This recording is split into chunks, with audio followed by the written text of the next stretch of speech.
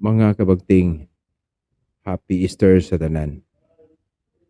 Dito tayong pamalandong mahitungod sa pagkabanhaw. Ang pagkabanhaw, resurrection, mao kini ang central theme sa atong Kristohanong pagtuo. Ug mao kini ang unang mensahe nga isangyaw sa mga apostoles human si Kristo nabanhaw. Nakita nato labi na sa teolohiya ni San Pablo sa 1 Corinto 15 nga ang pagkabanhaw mao gyud naghatag og kahulugan sa tanan. Kawang ang atong pagtuo, kawang ang ilang giwali, kawang ang tanan kung wala pa si Kristo banhawa. Mao nga sa Kristohanong pagtuo ang gisulti sa bag-ong kasabutan, ang pagkabanhaw gyud mao ang kinaimportantehang nahitabo sa kinabuhi sa atong Ginoo.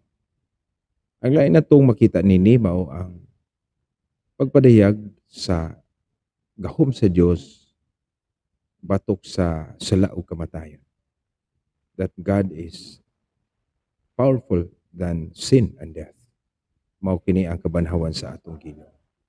Ikatulo nga sa kabanhawan ni Kristo ihatagan usab kitag paglaom sa atong pagkabanhaw sa uabot nga panahon. Nga kita banhawon usab kita nga nagsunod kaniya.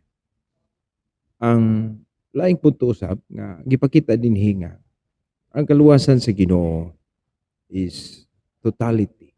The totality of the human person. Both body and soul. Nagpadayag ni nga ang tao dili lang lawas. Aduna siya'y kalag.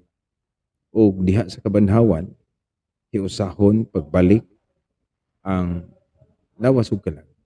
O ang tao makadawat na sa gitawag og resurrected body. Dili na madunot.